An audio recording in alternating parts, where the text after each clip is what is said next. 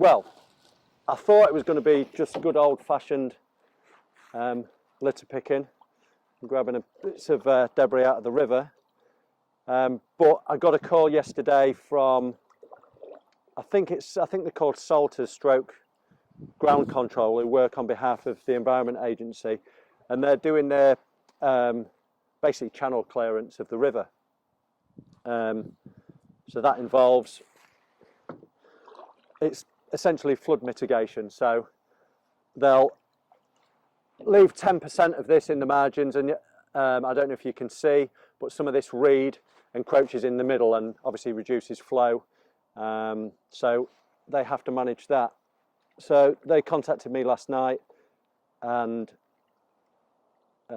just asked if I could just assist them in asking people to kindly move the cars so they could get the truck down there in the digger, and so they could make work a little bit easier. So I did some good old-fashioned door knocking and yeah, asked people to shift it. So but it all went well and work's commencing smoothly. So they'll go further down the river, but it takes time. So it's a delicate operation, really. Even though it's heavy machinery, they've got to do all the wildlife surveys as well. And they've got quite a lot of people down there, so they'll check for nesting birds, but this time of year we're generally all right. I think it's kind of leveled out now. With things are working out. I know what I'm doing, and it's just doing things little and often. I've got a really good team though. I used to just work with a friend called Dylan, and he gives me a hand on this area, and this is kind of the area that's got a lot more footfall. There's lots of parts of the river that don't have any houses either side, so there's a lot more people that live in this area, so inevitably there's a lot more litter and debris. So essentially I do this all the way to Alexander Road, and then the council take over. So, but other parts of the river do need looking after. So I set up a group called the Freshney Comrades, and that's essentially the river being kind of chopped up into 5 sections, and 2 people on each section monitor their own bit. So they do a little bit of litter picking as and when they're out, and then we've got a little central hub where they can report any trolleys or any large items, and if I need to get the canoe in, etc.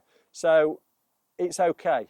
When I first started, it was a bit of a mountain to climb because I felt responsible for it all once I'd started, you know. And I wanted to do it all, but you quickly learn that you can't do it on your own.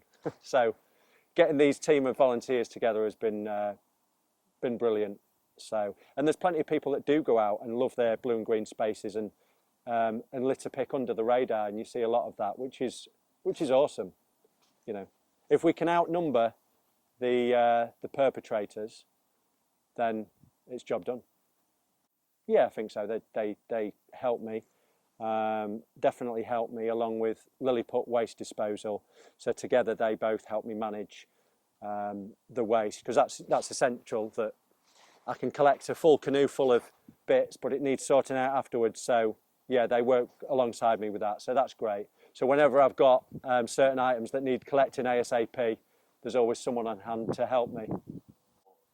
Well, the Point of Light Award,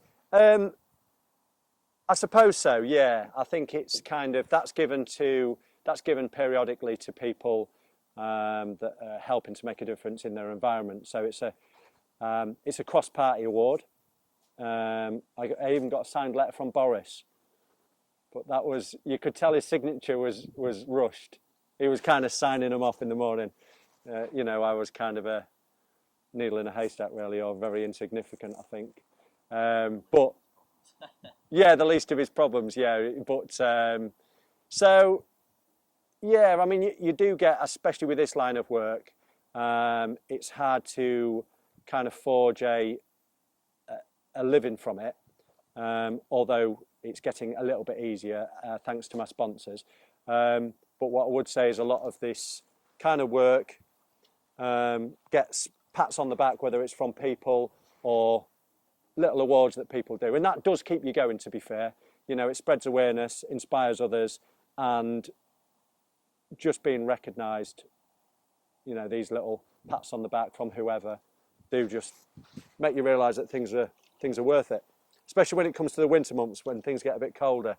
It still needs doing, you know. So Yeah, in terms of help, I would say to people, kind of, I've learned that you can't change the world, and it's kind of you can get a bit anxious trying to look at things on a large scale because you certainly can't control that.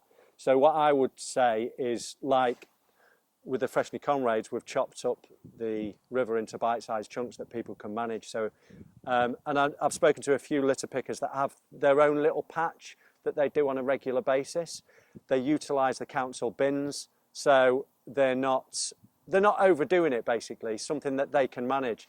And like I say, if we can outnumber the perpetrators, which means a lot of people doing things little and often, and that's the best way, because litter gets thrown and blown about, I might add, 24/7. So doing a giant litter pick every quarter, although it inspires people and it does have its plus points, I think it's crucial that people get out and do their small little section and just keep on with that, and know that that is 100% making a difference.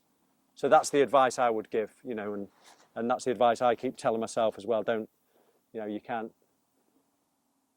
change the world. There's a lot of rivers, but this is big enough for me.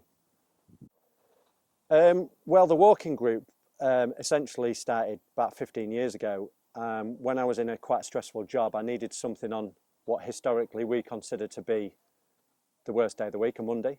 I needed something on a Monday evening to kind of get me through the day and kickstart the week off in a more positive way. So I decided to do kind of walking over the Lincolnshire Wolds. It's a beautiful part of our area. And then kind of post-pandemic, I recognised that there was so many people not even getting out and doing something as primitive as walking, you know, and that's just stopping the clocks for a while and exercising your body and your mind, something that's relatively inexpensive, is a real easy thing to do. But a lot of people kind of didn't know how to do walks and how to plan them. So I kind of just made it a little bit more public, ramped it up, and now typically we get 50 people every Monday, which is a logistical nightmare. but awesome at the same time, and I've got quite a few helpers that come along every week to make sure everything's safe. And essentially, I just plan the walks, and we kind of rinse and repeat, and it's helping a lot of people, I think, me as well. I've also and that's part of my community interest company that I formed, just to try and give a little bit back, and obviously bulk up kind of what I was doing in my spare time to make it into more of a job. And I started the community interest company last October, and I've just got some funding from the Care Plus group, and I'm working in conjunction with them and Navigo, and I'm doing one-on-one canoe trips, and that just serves to help people who are kind of stuck in a bit of a rut, got mild anxiety, just want to get out and just experience something new. So we go on Louth Canal at the minute. We've got a lot of bridges on the River Freshney that you kind of have to limbo under. You've probably seen me do that. So it's not safe to do it on the Freshney, unfortunately. So we're doing one of those every week, and they're going really, really well. People are enjoying that and responding really well to that.